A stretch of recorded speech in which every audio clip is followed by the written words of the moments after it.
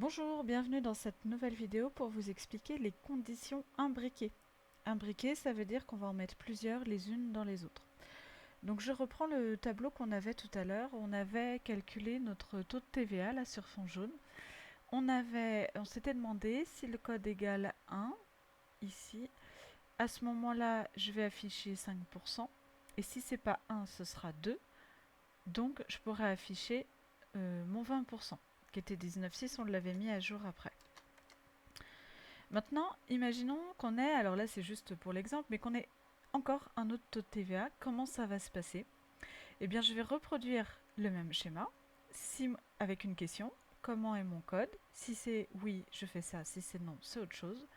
Sauf que là, eh bien, je vais reposer une autre question.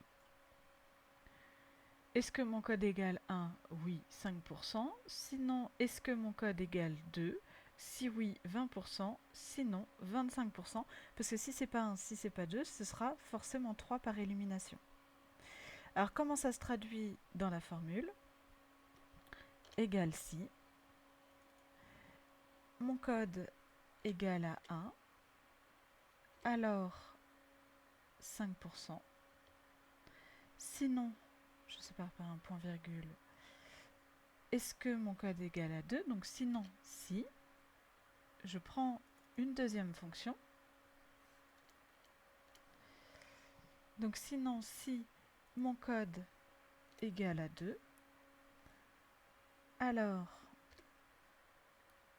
20%, et sinon 25%. Je ferme la première parenthèse là qui est en rouge à l'écran de la première condition, là. Et je ferme ensuite la seconde parenthèse de ma première condition que j'avais commencé au début. Donc vous voyez que là, dans le cadre des conditions imbriquées, tout se ferme à la fin. Et quand je recopie, je vérifie mon résultat et ça concorde. Donc ça, c'est un premier exemple de conditions imbriquées. N'hésitez pas à dessiner le schéma si ça vous aide. Et maintenant, je vais passer à un deuxième exemple, parce que là, on avait des valeurs fixes. Et dans mon deuxième exemple, ça va être pour le calcul du taux de remise, où je voudrais faire en fonction du prix. C'est-à-dire que si mon client a dépensé peu d'argent, il n'aura que 10%. S'il a dépensé un peu plus, 20%, et sinon 30%. Voilà. Donc si je le traduis, parce que vous avez vu, j'aime bien les dessins, toutes les dépenses jusqu'à 100 €, on aura 10%. Donc si je le traduisais avec mes schémas, ça ferait si le prix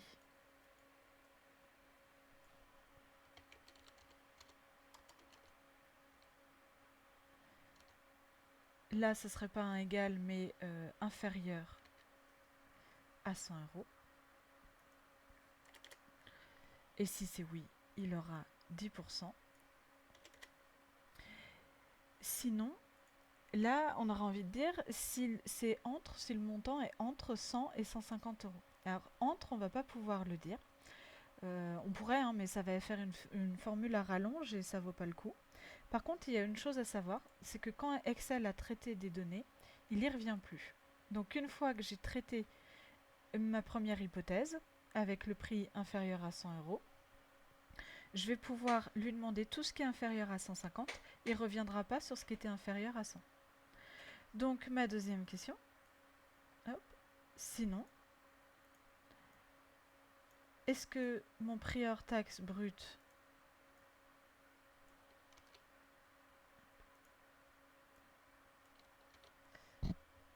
est inférieur à 150?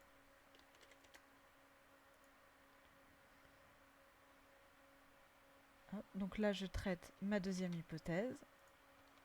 Si c'est inférieur à 150, il sera bien à 20%. Et sinon, finalement, il ne me reste que ma dernière hypothèse, on serait à 30%. Je peux rallonger ma fonction parce que vous pouvez voir que qu'est-ce qu'on fait des valeurs qui sont au-delà de 200 €. Donc, pas de souci. Je continue ma formule. Si mon prix hors taxe brute est inférieur à 200,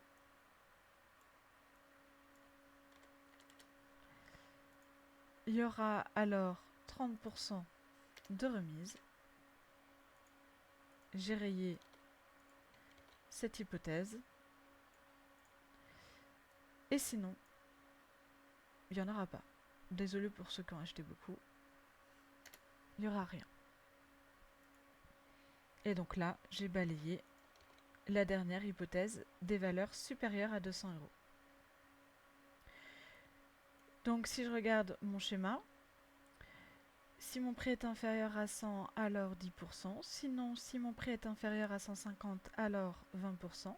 Sinon, si mon prix est inférieur à 200, alors 30%. Sinon, rien. C'est parti pour ma fonction que je vais mettre ici. Si, c'est un majuscule. Si mon prix est inférieur à 100, alors 10%. Sinon, si mon prix, alors là je peux plus cliquer dessus, mais je peux l'écrire, hein, la référence de cellule. Si mon prix est inférieur à 150, alors 20%. Sinon, si mon prix